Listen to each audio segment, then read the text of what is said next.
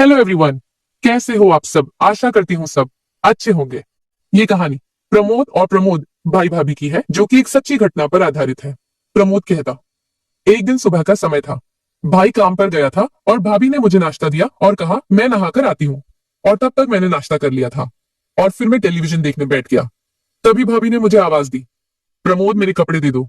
मैंने उधर टेबल पर रखे हैं। यह सुन के मैंने भाभी की ड्रेस उठाई और तभी फिर से बोली, प्रमोद वहां मेरे अंदर के कपड़े भी थे। ये सुन के मैं उस वक्त थोड़ा असमंजस में पड़ गया, लेकिन भाभी को कपड़े देते समय मैं सावधान था, क्योंकि भाभी का सम्मान करना भी जरूरी था। बल्कि मैं थोड़ा ख्यालों में खो गया। मैं भाभी को देखने लगा मानो वह मेरे सामने खड़ी हो।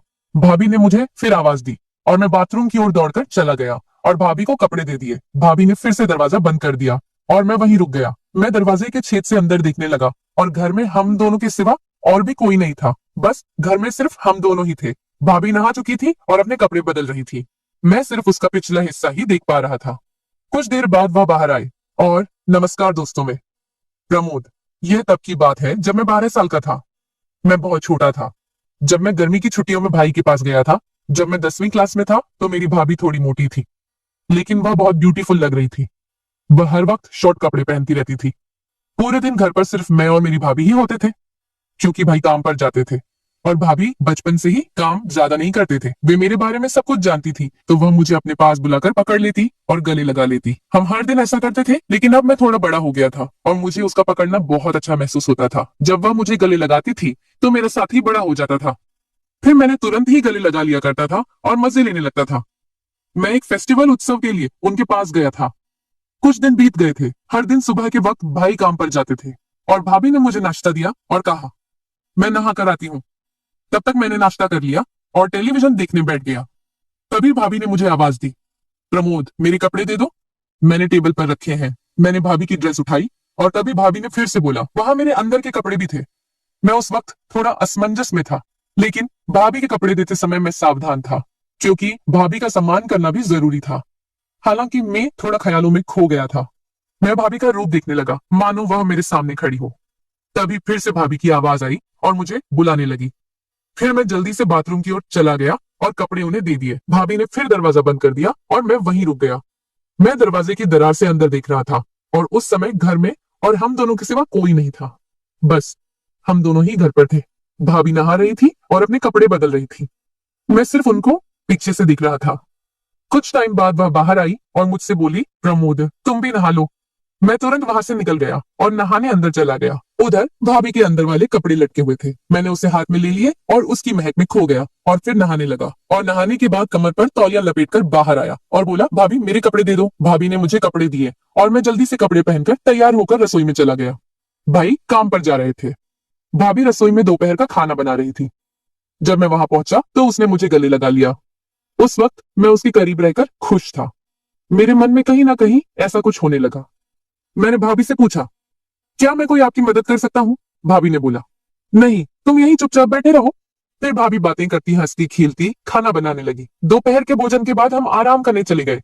भाभी चादर ओढ़कर सो गई और बोली, प्रमोद तुम भी इधर ही सो जाओ, मैं आज बहुत थक गई हूँ। भाभी की आवाज में कुछ खास था और उस पर कई सवाल खड़े हो गए। भाभी बोली, बदन भी बहुत दर्द कर रहा है। मैंने तुरंत भाभी से पूछा, क्या मैं आपके शरीर को आराम दे सकता हूँ? अगर आपको कोई दिक्कत नहीं हो तो। भाभी ने कहा, नहीं। मैंने फिर पूछा। मैं भाभी के पीछे ही पड़ गया और बोला, भाभी बोलो, थकान हो रही है तो मैं आराम दे सकता हूँ। फिर भाभी ने कहा, ठीक है। मैं धीरे धीरे भाभी के पैर दबाने लगा और आराम देते देते भाभी के घुटनों को भी आराम देके मैं रुका और अब भाभी की वह चीज भी दिख रही थी। मैंने उससे पूछा, भाभी ऊपर भी आराम देना है क्या? तो भाभी बोली, हाँ मुझे बहुत आराम मिलेगा। धीरे धीरे कपड़े उठाए और मैं भाभी का आकार भी देख सका। उस दृश्य को देखकर मुझे एक अलग ही अनुभव हुआ। उसी पल मेरा ध्यान उस चीज पर रुक गया और मैं पूरी तरह से भ्रमित था। भाभी बोली, प्रमोद अब रुको, अब मैं भी तुम्हारे पैर दबाती हूँ। तुम्हारे भी पैर दर्द कर रहे होंगे। वह मेरे पैर दबाने लगी और उसके नाजुक हाथों के स्पर्श से मुझे बहुत अच्छा महसूस हो रहा था।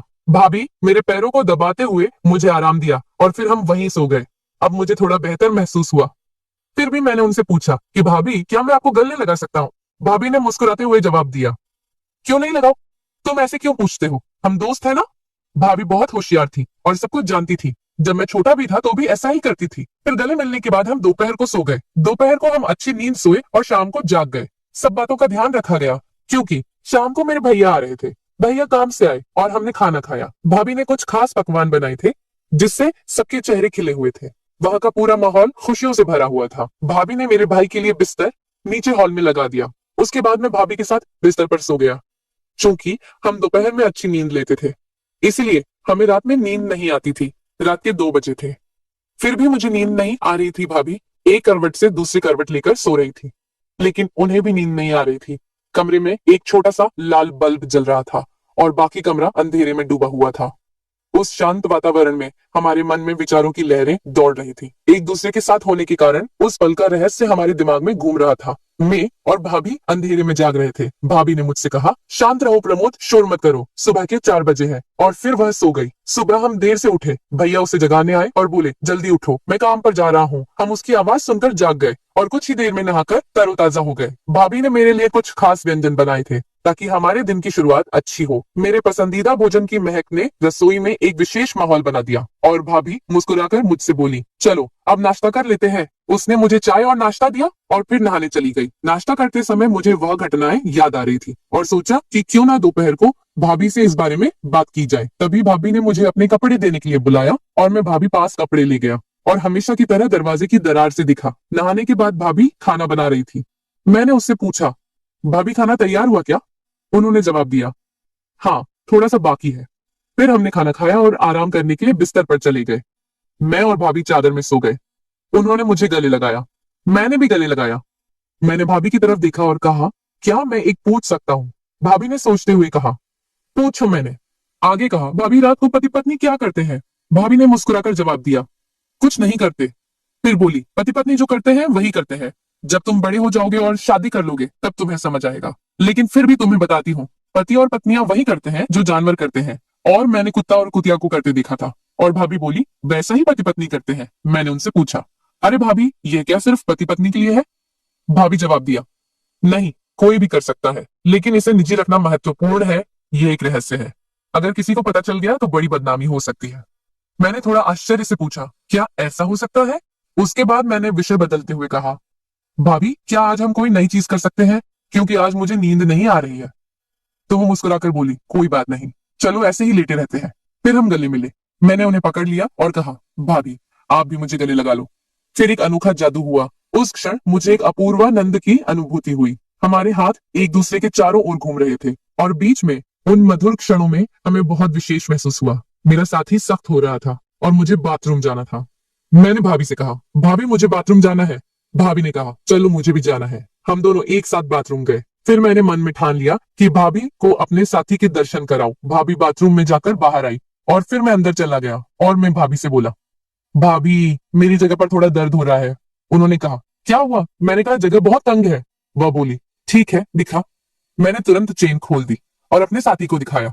वह बोली, कहाँ दर्द होता है? मैंने कहा, आगे हल्की सी जलन होती है। उसने कहा, अरे तुमने मिर्च खाई थी क्या? फिर वह तेल लेकर आई और बोली, इससे लगाओ। मैंने कहा, तुम लगाओ, मुझे बहुत जलन हो रही है। और वह बोली, ठीक है, अच्छे से सो जाओ, फिर जलन नहीं होगी। उनकी आवाज ने मुझे शांत कर दिया। फिर मैंने कंबल लिया और मुझसे पूछा, प्रमोद क्या तुम्हारा दर्द बंद हो गया?